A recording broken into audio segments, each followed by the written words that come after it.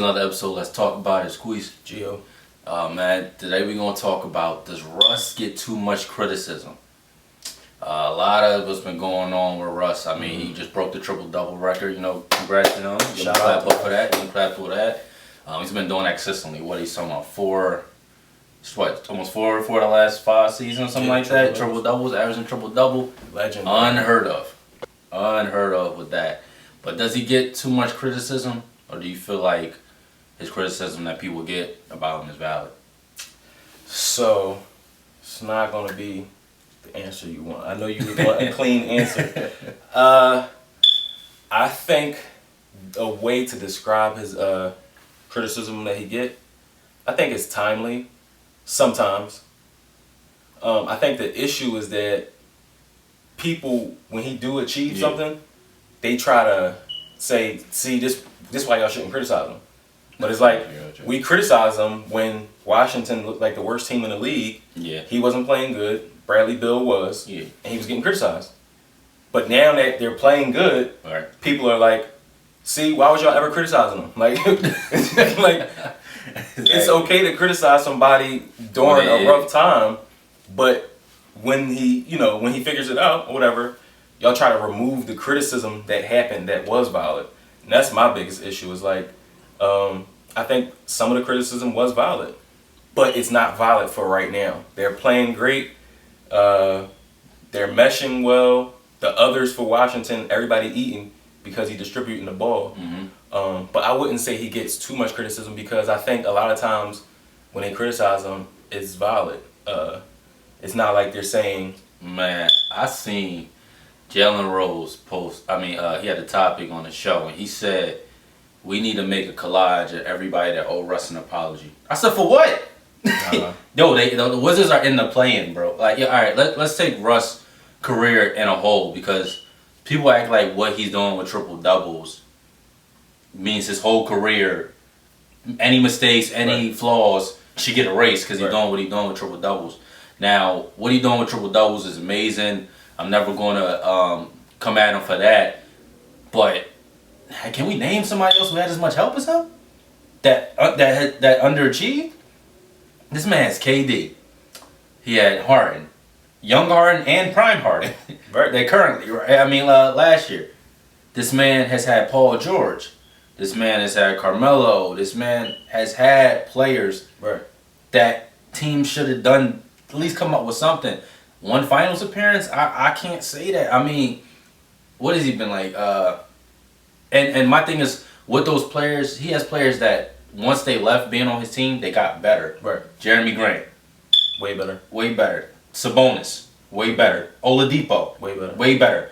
There's players that played with Russ that once they leave Russ, they become way better players than they were when he was on his team. That was part of the criticism was the style of play, the IQ, decision making. Decision making, you can give him credit for the way he distributes the ball. It's like, he's able to find people. 17 assists, is not foreign for him right now. So yeah, you give him credit for that. But the decision making is not always what you want to see. I'm trying to think of that play. It was on the night that he broke one of the records, and they made a joke out of it because it was he started laughing and said, "What you doing, Russ?" But it's certain things that he'll do throughout the game where it's yeah, you applaud his athleticism, but because all he knows is go, sometimes it doesn't translate to the offense. Even as a distributing point guard, you don't look at him and be like, he runs the offense perfectly. Right. And I think that criticism is valid. Now, if y'all want to say certain people, the way they criticize him is a certain way, you can say it about everybody. The way Skip criticized LeBron is not one. Right, exactly. Even if you say LeBron came up, he didn't come up in the clutch yesterday. That's not how he gonna say it. He LeBron shrinks again. Right. Exactly. So it's all, you can say that with anybody. The way the verbiage you use to criticize somebody can be off, but the criticism could be valid. Exactly. So all right. So let me say, to give Russ a little bit credence, the Thunder, right? Why, when Chris Paul takes a Thunder team to the playoffs, he's held as he got so much props for that. Like, people damn near validated him being top 5 all time because he took that Young Thunder's team to the playoffs. Now, why doesn't Russ get that same level of appreciation when he did the same thing the year prior? When he took, when he done that. He done that with the Thunder's team as well. Took them by themselves to, the playoffs. Right. Why doesn't he get the same type of appreciation for that? Now, you could say difference in age, but why doesn't he get that That's a good same point. type of... I think because, and it's always two different audiences or whatever, but I feel like when Russ did it the year with the MVP, for a lot of people that stamped him, and like on some rankings list, he was high up. Chris Paul was high up in the PG, like the point guard conversation, but he wasn't stamped as far as all-time great conversation. Right. So then he needed something to, like, the narrative did become, you had a team on the Clippers, you was always hurt when it mattered, or Blake was hurt. Y'all came up short, y'all should have been better. Went to the Rockets. They played good, almost, coulda, woulda, shoulda. But then, because it was like, it looked like his career was like this. Like, all right, you was with the Clippers, almost did it with the Rockets, but I don't know what's going on. Oh, they just sent you to the Thunder for Russ. This team trash. Is he even going to play?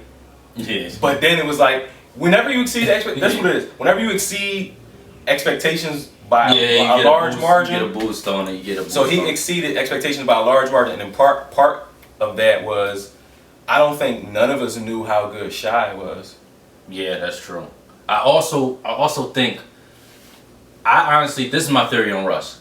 I think he knows he's not going to get a ring, so he wants to make a claim to fame, which I think why he tries so hard to triple doubles. Because you can't tell me he went to the Wizards because he thought he had a chance of winning the ring. I honestly felt like he knew he wasn't going to win a ring, and he knows for him to be memorable in this game and to stamp his legacy is going to be those triple doubles. Right. I think he went to a team where he was going to be, at least maybe make the playoffs, Competitive. but be competitive. Exactly, be competitive. But he knew that's what he wanted his claim to fame to be. I honestly don't care. I don't think he cares personally if he wins a ring. I think getting that that triple double crown was what he wanted. Right. That's my theory on him, because I can't see a player like that. Even CP3 choosing the Suns, they was a promising team. You got Aiden, you got Booker, you got Bridges, you got Crowder, you got a solid squad over there. I could see somebody going there. They went 8-0 in the bubble. I can't see why you choose the Wizards. Right. And the Wizards came back even with him being horrible. Right. So I honestly think his claim to fame was just going to be trying to get these triple doubles. Because I think the game right after that, I mean, this is small sample size, but the next game he didn't have a triple double after he broke the record. I mean, he had over points and assists, but he had like 5 rebounds or some shit. But he didn't break the triple double. I'm just saying, I could see him not trying so hard to get triple doubles anymore. I think he broke that record. So I mean, the criticism valid of him. I think the criticism at the time, like you said, timely. It is valid at the time of it. Why we gotta erase history as if it wasn't valid when it was stated? He been out the first round 4 straight years. Before once KD left, it was like 4 straight years he was out the first round. He played against Portland with Dame, CJ, Seth Curry, and Enes Kanter. Russ had Paul George, Dennis Schroeder, Steven Adams, Jeremy Grant. They lost 4-1. You and Paul George should not lose 4-1. And they lost to the Jazz the year before when they had PG, had Paul George, Melo, other pieces or whatever. And it was the way it happened too. I gave you like 45 shots. Donovan Mitchell was a rookie. Yeah, and before we get into that series, against Portland, he shot 5 for 20 game 2. Game 4, he shot 5 for 21. It's valid. Criticism is valid. I don't understand. And the criticism is never that Russ ain't good. Everybody knows he's great. Why y'all trying to change the narrative as people saying he ain't great? Everybody, I have not seen not one pundit or analyst say that Russ ain't great. Nobody has ever said that. So why are you going to rewrite narratives? It's almost like we can see what, based on his motor and what he's capable of, you can see that, like, all right, he's a freak of nature. Like, Derrick Rose athleticism unreal and finishing. Russ I'm not saying he's more athletic, but the speed that he plays at and his motor, and now his adding to the fact that he can really play make crazy, it's like, yo, when you watch him, like, if he could do this or he could do that, like, sometimes you could just watch him and be like, yo, he could be crazier. Yeah, if he not saying he should be, but I'm just saying, like, sometimes it's like, you just look at him and you, like, could pick apart, like, all right, if he was able to do this or that, like, and I think that's what the criticism mainly is like, 11 rebounds not always translating into a win. Right. So sometimes you looking at the stats and it's like, oh yeah, he had triple double, had 17, 11, 12. It's great.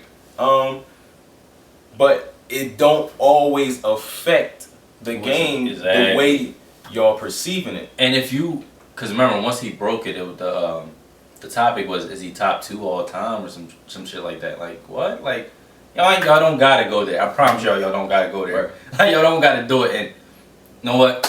Fuck it. I'm not gonna bite my tongue. Triple doubles. Think about these triple doubles. Why do we? Because I'm trying to think. Why is the narratives on triple doubles what they are for this day and age? He gets so much props. Any point guard, not even just him. Any point guard that gets 10 rebounds today gets so much props. Are y'all watching the games? These are uncontested rebounds, yo. These point guards are not in the jungle with the centers jumping up, grabbing 10 rebounds. Like, it's not that impressive as y'all see. A lot of times they're uncontested. The ball comes right to them. They grab the rebound and start the break. Like, it's really not what it used to be. Right. They not boxing out with Andre Drummond and grabbing the rebound over them. Like, they literally just. You mentioned, are y'all watching the games and how the games change? How many Andre Drummonds are there? There's not a lot. Meaning, teams will play with. Now, granted, KD is tall, so this is a bad example, but.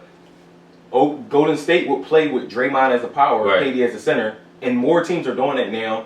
There's times where the Sixers will have Ben as the tallest person on the floor. So, not diminishing triple doubles, but yes, it's going to happen more. I think it's going to happen more. Way more shot attempts. Yes. Less bigs inside. And a lot of these point guards that have it, because it's not about Russ, it's about triple doubles in general. Right. A lot of point guards, they have the ball so much on usage rates. Like, eventually you're going to get 10 assists. Exactly. Eventually you're going to get 10 assists, especially in the league is all offense now. So if the league is all offense, I have the ball 50% of the time. I'm going to get assists. I'm probably going to get the 10. A lot of you times you don't see a lot of guys get 10 assists because they're not chasing 10 assists. I honestly feel like Bron don't care about getting a triple-double. He just want to win the game. I feel like some of these dudes be like, yo, I got to get a triple-double, regardless if it results in winning this game or not. If I got to play the worst team in the league, I'm going to get a triple-double against them. I think some of his criticism is a reaction to the overreaction of the triple-doubles. So if you're getting praise for triple-doubles, now... And losing. Now somebody's going to say, those triple-doubles are good, but...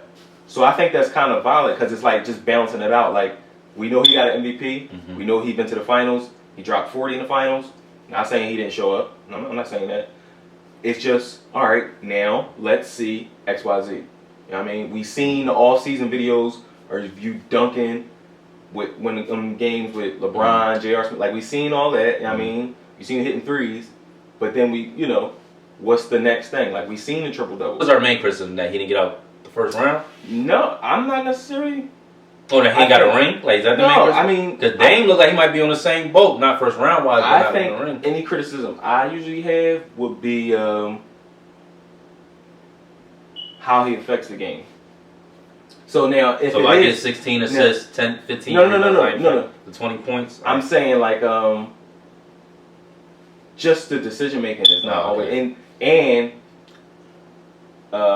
shot selection, having the ball a lot is going to come with a lot of things. So like you said, if you got the ball a lot, you're going to get an assist. But, is anybody assisting off you?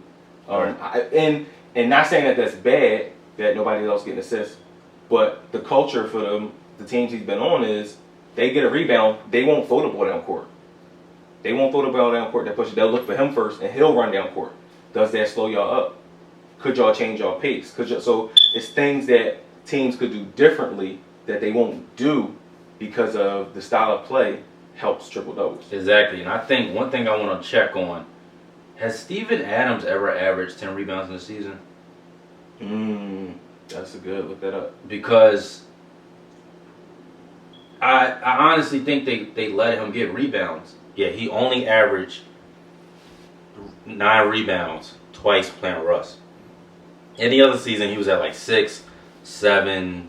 You know, all I'm saying is to make that point is a lot of times they let him get the rebounds, guys. I mean, like, a lot of times they equate triple doubles in general with you gotta have maximum effort throughout, the whole game. A lot of times, if you have the ball every possession and players are letting you get rebounds, you're going to get a triple-double. Right. Sometimes players don't get, it's like the All-Star game to me. Yeah. Anybody that wants the MVP can get it. Right. Nobody's trying to stop you from getting the MVP. Right. If you want to get an MVP, you can drive through the lane, dunk it 100 times and grab it. Nobody won't stop you. I feel like triple-double is the same thing. If you want it, you can go get it, right. Especially if you have the ball so much. Right. A lot of these players don't need to get it because they don't need to do that to win. Right. If I could drop 15, 5, and 8 and my team going to win, that's what I'm going to do. I don't need to drop the triple-double. And everybody can't reach and that's to my point earlier when I said he had players that reached their full potential after him. Maybe they couldn't reach it because he always had the ball. Mm-hmm.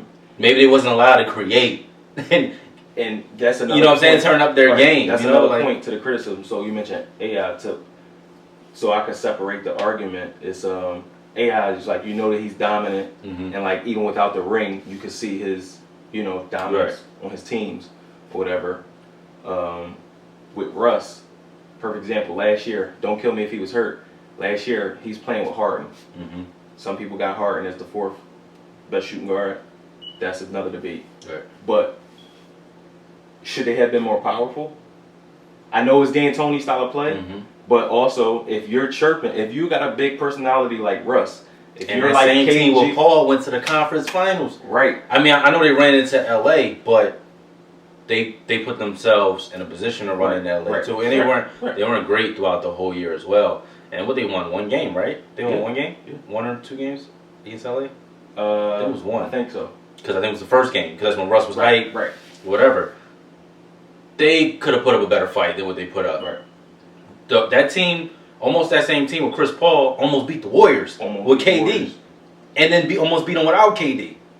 So I just feel like obviously chemistry and the right fit team does make a difference. But all I'm saying is we can't change the rules for certain players, man. And part of that right fit.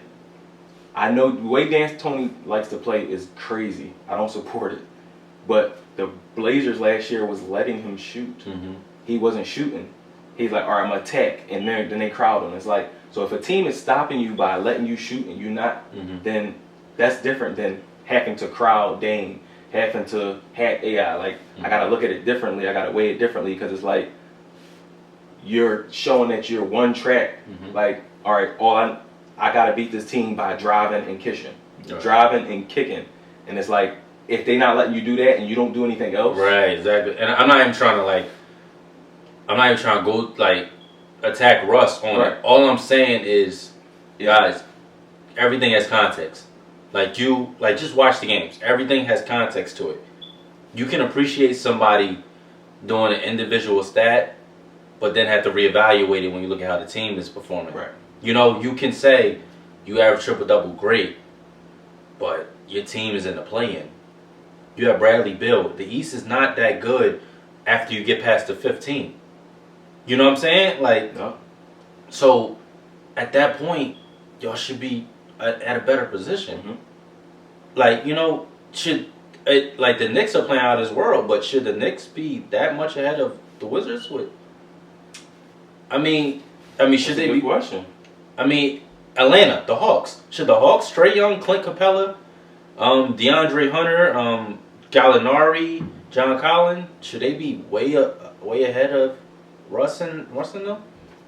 I mean, I don't think they should be way ahead of Bogdanovich. They have a team. They have a great team. I'm just saying, why is the separation so large? Right. Like, what? Y'all at like the 10th seed. Right. Just, you know what I'm saying? Just keep it fair all around the board. So, I mean, that's where we feel like Russ, we definitely want to hear y'all feedback. Do y'all think Russ gets too much criticism? Is it valid? Is it too much? Let us know what y'all think. Like, subscribe. Appreciate the feedback. It's another episode. Let's talk about it.